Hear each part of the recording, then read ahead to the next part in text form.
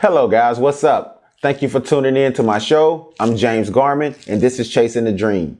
So before we get started, I just want to state that I haven't shaved, and that's because it's No Shave November. So make sure you head over to Movember.com and support an awareness of prostate cancer, testicular cancer, and suicide in young men here in America.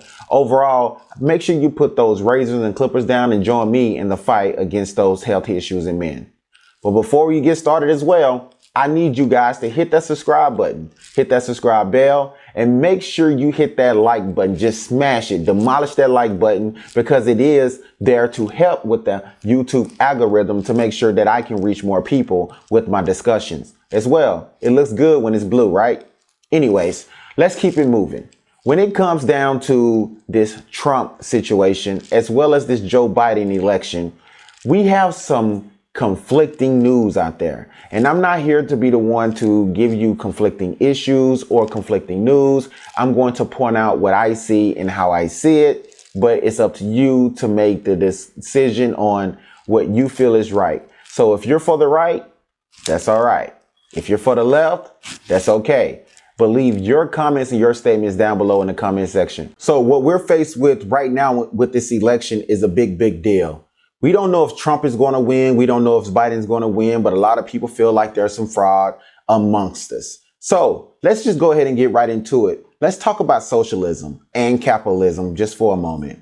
When it comes to socialism, we've asked Americans how they feel and to help us define their perspective on socialism. And about 17% of Americans felt that when it comes to socialism, it kind of means that the government is going to have ownership of the American goods. Well, another percentage of Americans felt that it means connotating equality and everybody sitting around a campfire, toasting fucking marshmallows together and singing Kumbaya. Again, that's the perspective that we're dealing with. Overall, socialism hasn't worked. If you look at the history of socialism when it comes to Venezuela, India, Israel, it's a complete sham. It hasn't worked. It has promise of working, but overall, all it does is breed tyranny and economic failure. Overall, if you look at Venezuela, Hugo Chavez, a very close friend to Fidel Castro, who actually took reins of Venezuela after Castro was murdered, was praised by the U.S. elites for his role in seizing all the oil and also making free healthcare available as well as education. But overall, if you look at the structure of Venezuela, it is a failed economy. So what Hugo Chavez actually did was murder the whole nation. He actually stripped the nation of their valuables and sold them off, kept the money and disbursed it in free Medicaid and free education. Didn't actually give them any financial backing. So since Hugo Chavez's death in 2013, Nicolas Maduro has been in the reign and has taken the country into even worse, or maybe even a dark age. The country is literally fighting over toothpaste and toilet paper. So this is a socialist government that we're talking about here. Do you think this is something you want? Do you want tyranny in your state, in your country? Well, that's what we're headed toward. If we talk about Greece, Greece is basically socialism on steroids. Free healthcare, free Medicaid, free food, free everything. But one thing they don't supply is jobs. That's right. I said there's no job. Even the older generation has to retire at 60.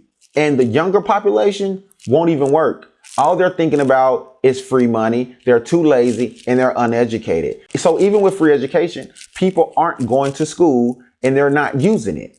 They may use the Medicaid and the Medicare, or the free healthcare period, but they're not going to school. So you're not actually progressing the economy. You're not making them smarter. You're making them lazier and you're making them more codependent. So as I mentioned, Venezuela, Israel, India, Greece, it hasn't worked. And I don't think it will ever work. I am a capitalist and I am for the right wing. If you look at the United Nations, 2.3 million citizens flee the UN since 2014. And statistics state that there may even be about 1 million more planning on fleeing just this year. So why are they leaving these socialist states if it's so wonderful? Why does socialism always breed tyranny and economic failure? So this is what we have. We have a democratic socialist Biden versus a capitalist Trump. We are headed to a major battle.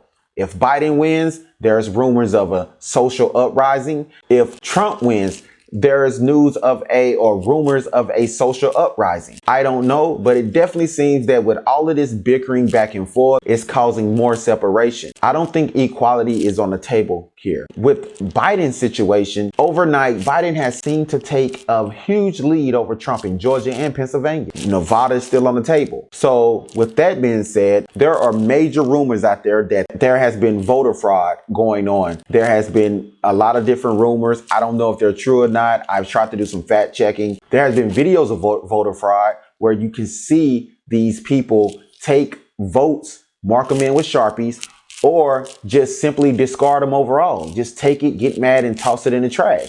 I don't know, but it definitely doesn't seem that Trump is going to roll over and just let Biden take the office. Do I think he's going to fight to the end? I do. I do think Trump and his administration is going to stand up and try to sue and try to get a recount or even try to get a runoff situation going on here. If you look at John Ossoff and David Perdue's situation, I don't understand why we have a runoff in January. It doesn't make any sense to me. If all the votes haven't come in, why are we still looking at a runoff between David Perdue and John Ossoff? Other than that, I think with all of this going on, it just leaves our doors wide open for a Red Dawn situation. It gives the insight that we're not a collective country. It shows that we're all on a different path and we're not all headed in the same direction. We're not moving in a unison. So with that being said, overall, if we have to go to a war or someone decides to bring war to us, we are not ready. At least that's from my perspective. And with all of this bickering and all of this fighting going on amongst our voting, amongst our polling and amongst our voters, I definitely do not see us headed in the right direction overall. Use your voice. If you feel like there's fraud, call it out. If you feel like this is a straight race, call it out. It's up to you to decide if we need to re-vote or recount, run off, whatever it is. Are we headed into a socialist or a democratic socialist party? Are we headed to the ends of our economic free market?